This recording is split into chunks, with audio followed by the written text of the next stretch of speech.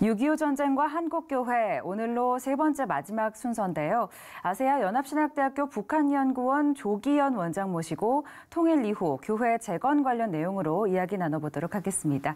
원장님 안녕하십니까? 네, 안녕하세요. 네, 반갑습니다. 자, 아직 갈 길이 멀어 보이긴 합니다만 우리가 준비해야 할 것이 바로 통일 이후의 문제들인데요. 북한교회 재건에 대한 이야기도 좀 많이 나올 것 같아요. 어떤가요, 교수님? 네, 통일을 위해서 준비해야 할 일들이 대단히 다양한데요. 그중에 무너진 북한교회를 다시 재건하는 일은 네. 한국교회의 대단히 중요한 사명이 아닐 수 없습니다. 네. 일반인들 같은 경우에는 우리의 소원은 통일이다, 뭐 이런 얘기를 하는데요.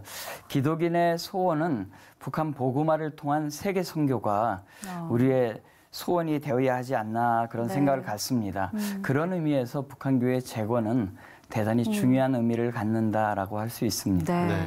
북한 복음화를 통한 또 세계 선교의 꿈을 가져야 한다 이런 내용을 말씀해 주셨는데 사실 저희가 어제 북한 기독교 사전이 만들어지는 과정에 대해서 또 인터뷰를 진행을 했거든요. 네. 그런데 관련 자료들을 살펴보니까 모두가 1945년 이전의 자료들이더라고요. 그렇다면 그 이후에 남북 기독교가 교류한 사례는 없는 건가요? 이 해방 이후에 연이어서 또 6.25 전쟁이 진행되지 않습니까? 네. 그래서 한 30여 년 가까이를 사실은 남북 기독교 교류가 없었습니다. 네. 그리고 나서 80년대 들어서면서 81년도에 재미교포인 김성남 목사님 그리고 홍동근 목사님의 방북을 시작으로 사실은 한인교회가 먼저 네. 남북교류의 물꼬를 텄고요. 그리고 1984년도에 진보 교회 연합단체인 KNCC가 WCC의 도움을 받아서 일본 동경의 도잔소에서 만남을 추진했었습니다. 네. 근데 성사가 안 됐죠. 그리고 86년에 스위스 글리온 회의에서 분단 이후 최초로 남북 기독교 지도자들이 만남이 성사되게 되어집니다. 네. 진보교회는 그렇고요. 또 보수교회는 90년에 들어서면서 북한교회에서 쌀이 1만 가마를 네. 지원해 줄 것을 요청하게 되어집니다. 그래서 한기총하고 그리고 한국기독교 남북교류 추진협의회에서 앞장서서 사랑의 쌀 모으기를 진행하고요. 1만 가마 800톤을 홍콩을 경유해서 남포항으로 북한을 지원하게 돼서 이것을 시작으로 보수교회도 남북교류가 시작되게 되었습니다. 네. 그리고 나서 이제 95년 이후에 뭐 김일성 사후 또 탈북 사태 뭐 이런 일들이 진행되면서 기독교 NGO 대북 지원 단체가 점점 많이 생겨나게 되어지고요. 네.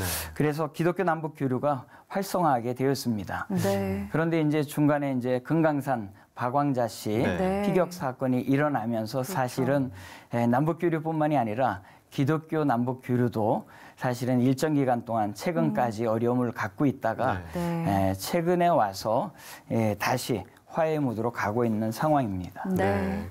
이 북한 기독교 관련 자료들의 통일에 대한 내용들은 참 많은데 그 방향과 내용들이 너무 제각각이지 않나 그런 그 반성도 있는 것 같습니다. 어떤가요?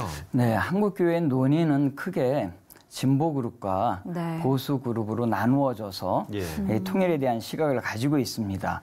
그래서 NCCK를 중심으로 한 진보 그룹, 네. 한기총이나 한교총, 한교위원을 중심으로 한 보수 복음주의 그룹 이렇게 두 개로 양분되어 있는데요.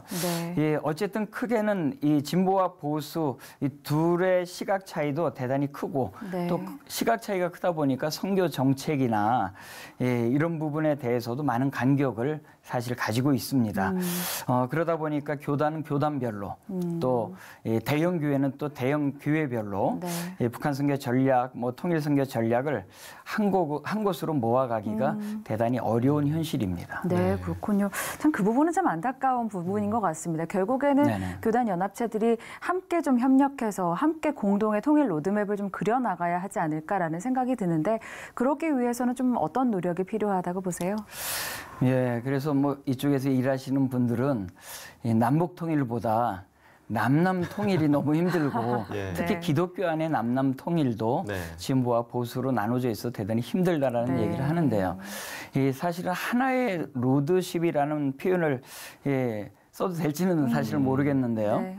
네. 저는 이제 가끔 강의할 때 무지개처럼 네. 각 교단, 각 선교 단체 그리고 각 교회들 좀 더 넓게 보면은 진보와 보수 다 각각의 색깔을 가지고 있는데 가장 중요한 것은 그 색깔을 다 없애서 하나로 한 가지 색으로 만드는 것은 거의 불가능하다고 예. 보여지고요. 네. 예, 각각의 색깔은 가지고 있대. 무지개가 한 방향으로 움직이기 때문에 빨주노초 파남보가 대단히 아름다운 하모니를 만들어내는 것처럼 네. 이 통일에 대한 논의들도 각자의 시각은 가지고 있지만 방향성에 대해서는 한 방향으로 갈 수 있는 한국교회가 한 방향으로 갈 수 있는 그런 논의가 진행된다면은 각자의 개별적인 사역도 보호되면서 한국교회의 통일의 방향성도 네. 만들어갈 수 있지 않을까 그렇게 생각합니다. 특별히 이제 최근에 들어서는 그런 노력들이 실제적으로 한국교회 안에 일어나고 있는데요. 각 교단, 선교단체 그리고 각 교회들이 같이 통일 선교의 분야에 있어서 협력할 수 있는 장을 제공하려고 하는 그 단체에서는 통일 선교의 플랫폼을 제공한다라고 이야기하는데요. 그래서 작년 9월에 선교 통일 한국 협의회가 발족이 됐습니다.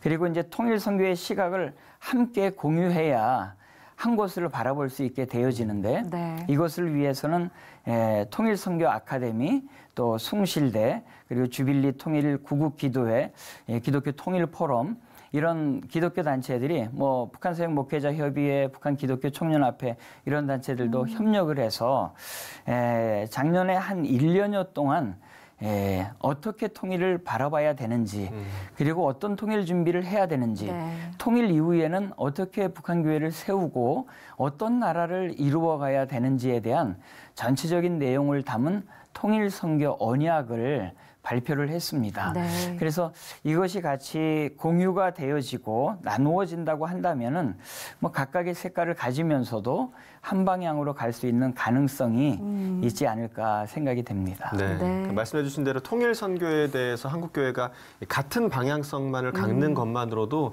아주 큰 힘이 실리지 않을까 그렇게 생각이 됩니다. 네. 우리 서두에도 이야기했지만 북한교회 재건, 그러니까 통일 이후의 북한교회 재건에 대한 문제가 사실 굉장히 좀 중요한 내용이긴 하지만 조심스럽기도 할 것 같습니다. 좀 바람직한 접근 방법이 있다면 어떤 방법이 있을까요? 한국교회의 북한 선교 재건에 대한 마음은 사실은 대단히 오래되었다고 할 수가 있는데요. 네. 실제로 북한 선교 안에서의 북한교회 재건을 구체적으로 논의한 것은 90년대부터 네. 진행이 됐습니다. 그래서 92년부터 95년까지 정진경 목사님, 김명영 목사님, 김상봉 목사님 이분들이 다 평양이나 네. 평안남도 출신입니다. 그래서 실향민 목회자 1세대시라고 할 수가 있는데요. 네. 이분들을 중심으로 해서 한기총산하에서 북한교회 재건위원회가 만들어지게 되어지고요. 거기에서 이제 구체적인 논의를 시작하게 되었는데요. 그러면서 북한교회 재건을 위해서 북한에 어떤 교회들이 있었는지를 해방 이전에 교회들을 확인했는데 2,850개 교회가 네. 확인이 됐습니다. 그 이후에 이제 좀 더 추가적으로 확인한 거는 3,040개까지 네. 확인이 됐는데요. 요 1세대 목사님들을 중심으로 2,850개 교회를 한국교회가 입양을 하자. 그래서 이제 각 교회들이 어느 교회는 한 교회, 어느 교회는 두 교회, 어느 교회는 세 교회, 교단은 10교회, 이런 식으로 해서 2,850개 교회를 네. 각 교단과 교회들이 입양을 했습니다. 그래서 각 교회들이 북한에 지을 교회를 위해서 건축원금을 모으고요. 그리고 자기가 맡은 지역을 주소까지 자세하게 입양을 했기 때문에 그 지역에 대한 기도 운동도 네. 펼쳐나가고 그렇게 시작이 됐습니다. 그래서 북한교회 재건을 위해서 또 북한교회 재건 3원칙이라는 것을 또 네. 만들기도 했는데요. 첫 번째로는 단일 기독교단의 원칙입니다. 북한에는 여러 교단이 있지 말자. 하나의 한국 기독교라고 하는 교단을 만들었으면 좋겠다. 그리고 두 번째로는 연합의 원칙입니다. 개교회별로 자기 마음대로 움직이지 말고 교단과 교회가 연합해서 함께 사역을 이루어 나가서 네. 나중에 통일 이후에 진행될 이단 사이비의 문제도 연합적으로 대처해 나가자. 그리고 이제 세 번째로는 북한교회 자립의 원칙을 세웠는데요. 이것도 대단히 중요합니다. 네. 한국교회가 재정이 있다고 해서 북한교회를 마음대로 좌지우지하는 그런 식의 교회 개척이 아닌 네. 북한 교회의 목소리를 담은 그리고 북한 교회가 스스로 자립해서 운영해 나갈 수 있는 교회를 만들어 나가는 것 네. 이런 일들을 준비했습니다. 근데 사실은 뭐 때로 여러 교회들의 비판도 그 당시에 있었습니다만 이 탈북 실향민 1세대들이 이런 노력을 급하게 서두른 것은 네. 사실은 김일성 사후 이후에 또 급하게 진행될 통일에 대한 기대 네. 때문이었죠. 네. 그들이 간절한 통일에 대한 마음이 있었기 때문에 통일이 금세 올 것 같은데 북한의 교회를 세우기 위해서는 재정도 필요하고 일꾼도 필요한데 기도운동을 펼치고 원칙을 세워나가자. 뭐 그렇게 해서 시작된 운동이었죠. 근데 이렇게 마음은 요원했지만은 실제로 통일이 진행이 되지는 못했습니다. 네. 그러다 보니까 이제 북한교회 재건운동도 더 활성화되지는 못하고 점점 이렇게 작아지게 됐는데요. 네. 그러면서 또 여러 가지 문제가 생겼어요. 이 북한교회 재건만으로 건물만 세운다고 북한 복음화가 이루어지는가. 그리고 남한교회가 100% 부담해서 교회를 짓는 것도 바람직한 것인가. 또한 지하교회가 되었든 지상교회가 되었든 북한교회와 같이 협력하고 상의해서 협의해서 진행되어야 되는 것은 아닌가. 그리고 그곳에 교회를 지면 누가 사역을 하고 어떤 형태의 교회를 세우고 또 교회 운영 비용은 어떻게 감당할 것인가 뭐 이런 여러 가지 문제들이 생겼는데요. 이런 문제들에 대한 진지한 고민과 네. 대안을 마련하지 않으면 안 되는 상황에 이르게 된 것이죠. 네, 그렇군요. 자, 남측에는요, 북한 이탈 주민 목회자 모임도 있고요. 또 그동안 꾸준히 만나온 조선 그리스도교 연맹 같은 접촉점들이 좀 남북에 있는데요. 네. 남북 목회자 교류 또 이루어질 수 있는 부분일까요? 어떤가요? 남북 목회자들 간의 교류는 실제적으로 이제 북한에 있는 조선 그리스도교 연맹하고 네. 뭐 만남이 진행은 됐습니다만 네.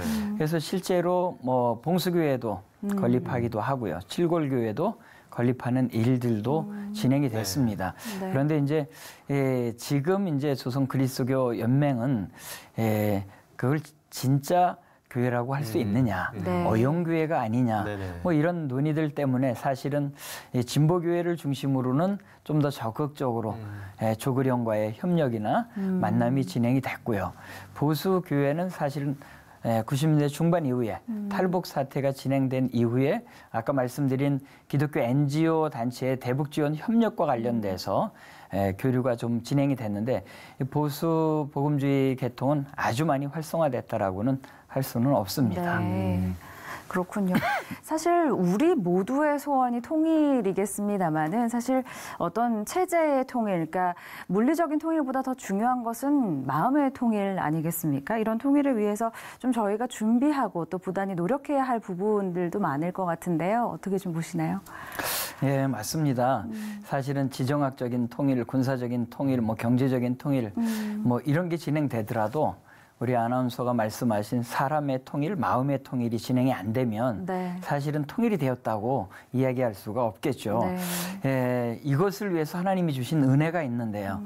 그것은 사실은 우리가 휘전서나 열려라 복음 들고 가리라 이런 기도를 하면서 외쳤는데 하나님께서는 앞문을 열지 아니하시고 뒷문을 여셨습니다. 그래서 두만강과 압록강을 통해서 30여 명의 탈북자들이 중국으로 쏟아져 나오게 만드셨고 그중에 10% 정도인 3만 3천여 명이 지금 한국교회 안으로 들어오지 않았습니까? 그래서 이들과의 작은 통일을 잘 만들어 가는 것 그것이 대단히 중요한데 이들과의 작은 통일에 어려움이 있다면은 네. 하나님께서 제대로 통일을 허락하실 때 실제적인 통일은 요원할 수도 있지 않은가 그런 생각이 듭니다. 특히 우리나라가 OECD 국가 중에 자살률 1위인데요. 네. 이 땅에 온 탈북민들은 우리나라 자살률의 2배의 자살률을 가지고 있습니다. 네. 그리고 또 목숨을 걸고 탈북해서 우리나라에 들어왔는데 다시 또 한국을 출발해서 다른 나라로 탈환하는 사람들도 많이 생겨나고 있고요. 네. 다시 북쪽으로 돌아가고 싶다라는 얘기들도 사실은 소소하게 나오고 있습니다. 이것은 대단히 심각한 문제로 한국교회가 받아들여야 된다고 생각하는데요. 그들이 가지고 있는 이 땅에서 정착하는 가운데 생겨나는 문제들, 그리고 탈북 과정에서 가지고 있는 상처, 트라우마, 그리고 한국 사회에 정착하면서 만들어진 상처들, 이런 것들을 잘 한국교회가 보담고 치유할 수 있는, 그들을 가슴 깊이 품어낼 수 있는 네. 한국교회가 되지 않으면 사실은 통일은 또다시 요원한 문제로 남지 않을까라고 생각이 됩니다. 그래서 이 문제가 해결이 돼야지 최고의 통일 준비가 되는 것이고 북한교회 재건도 여기서부터 시작되어진다고 생각합니다. 네, 북한교회의 재건은 어떻게 보면 우리의 마음에서부터 시작된다라는 말씀으로 정리를 해주셨는데요. 네, 좀 한반도 상황이 낙관적이지만은 않습니다만은 그래도 우리가 통일에 대한 소망의 끈을 놓지 말아야겠다는 그런 생각이 들고요. 하나님께서 정말 그 통일의 문을 열어주실 그날을 위해서 저희도 함께 기도해야겠다는 생각이 듭니다. 오늘 여기서 좀 정리하도록 하겠습니다. 아세아 연합신학대학교 북한연구원 조기현 원장과 이야기 나눠봤습니다. 오늘 말씀 감사합니다. 네, 고맙습니다. 고맙습니다.